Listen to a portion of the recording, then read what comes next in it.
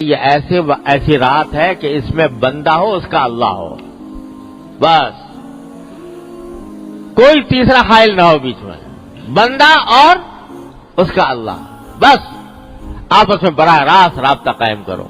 کس طرح کرو کہ نفلیں پڑھو، سجدے لمبے لمبے کرو، قیام لمبا کرے، جتنی اگر لمبی صورتیں یاد ہیں لمبی صورتوں والی نماز پڑھو، اور لمبے قیام، لمبے رکوع، لمبے سجدے۔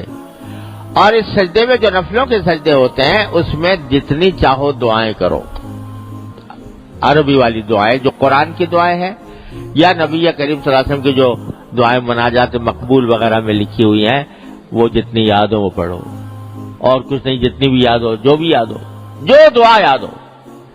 سجدے کی حالت میں، نفلوں کے سجدے کی حالت میں جو دعا کی جاتی ہے بڑی اللہ کے ہاں سیدھی پہنچتی ہے، کیونکہ سجدے سے بہتر کوئی وقت نہیں ہے جس میں بندہ اپنے اللہ کا قرب حاصل کر رہا ہو۔ سب سے زیادہ قرب بندے کو سجدے کی حالت میں ہوتا ہے، تو اس وقت میں جو مانگو گے قریب ہو کے وہ انشاءاللہ اللہ تعالیٰ کے ہاں پڑھے۔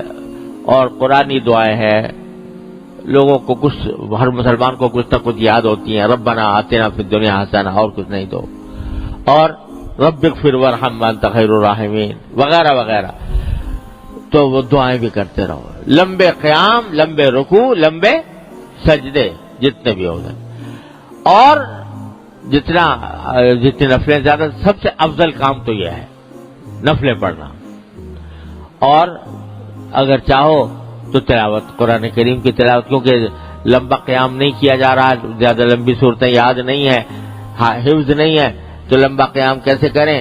تو جتنا قیام اور رکوع سجدہ کر لو، اس کے بعد پھر قرآن کریم کی تلاوت، اس میں لگو وقت۔ سارے ذکر اذکار میں سب سے زیادہ افضل ذکر قرآن کریم کی تلاوت، اس سے زیادہ افضل کچھ نہیں۔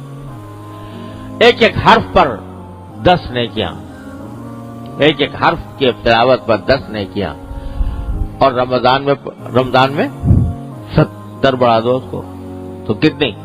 700 ہو گئی، اور پھر شب قدر میں اللہ اکبر، اس کی کوئی حساب ہی نہیں، کوئی گنتی ہی نہیں، خیر من الف شہر۔ تو اس واسطے تلاوت جتنی ہو سکے وہ کرو۔ اور تیسرا کام یہ بھائی دعائیں مانگو، دعا مانگو، پروردگار سے لپٹ جاؤ، لپٹ کے دعائیں مانگو، مچل کے مانگو، ہر حاجت اپنی اللہ کے سامنے پیش کرو۔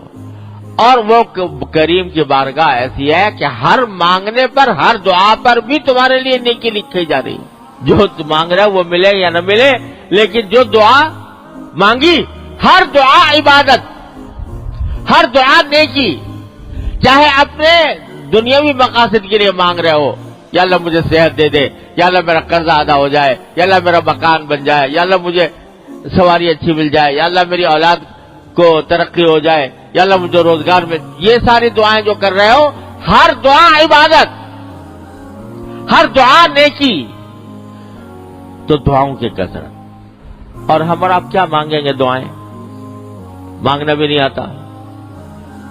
مانگنا آتا ہے اللہ میاں سے کس طرح مانگنا چاہیے، مانگنا بھی نہیں آتا۔ وہ مانگنا بھی سکھا گئے نبی کریم سرور عالم صلی اللہ علیہ وسلم، وہ بھی وہی سکھا گئے۔ تو اس کی آپ کی مانگی ہوئی دعائیں، مناجات مقبول، الحزب العظم، اور پتہ نہیں کتنی کتابیں چھپی ہوئی ہیں جس میں رسول کریم سرور عالم صلی اللہ علیہ وسلم کی مانگی ہوئی دعائیں ہیں۔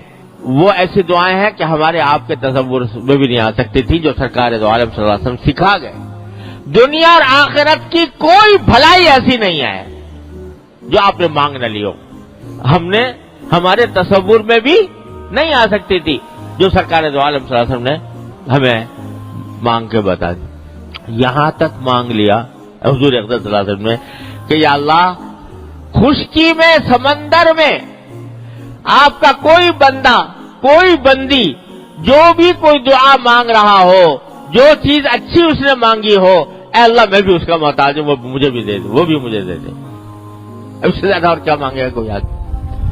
یہ بھی مانگ کے بتا دیا کہ یا اللہ، آپ کے نبی کریم صلی اللہ علیہ وسلم نے جتنی دعائیں مانگی جتنے کام جتنی اچھائیاں مانگی یا اللہ وہ سب میں مجھے دے دے، جتنی برائیوں سے نبی کریم صلی اللہ علیہ وسلم نے پناہ مانگی، اے اللہ میں ان سب کی پناہ میں آپ کی پناہ مانگتا ہوں، اس سے وہ دے دے۔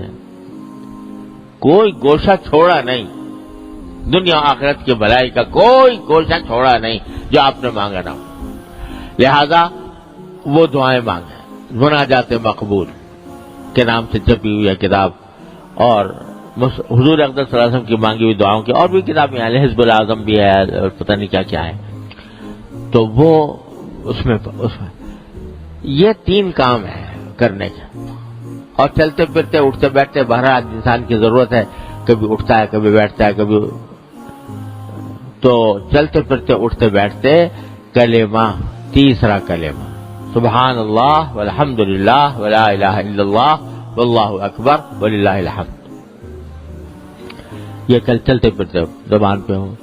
یہ 4 کام ہیں، اس میں گزار دینا، نفلیں، تلاوت، دعا، اور چلتے پھرتے اٹھتے بیٹھتے ذکر اللہ تبارک و تعالیٰ کا۔ اللہ تبارک و تعالیٰ اس طرح اگر رات گزار لی تو امید ہے اللہ کا شکر۔ کیا امید ہے؟ کہ اگر 1000 مہینے تک راتیں اس طرح گزاری ہوتی تو اس سے بھی کہیں زیادہ فضیلت اور اس سے بھی زیادہ کہیں اجر اور فائدہ حاصل ہوگا اس ایک رات میں۔ پتہ نہیں ہے کون سی ہے، تو 5 ہی تو راتیں ہیں نا، 21، 23، 25، 27 اور 29۔ ان 5 راتوں کو اس طرح گزارنے کی کوشش کر لیں۔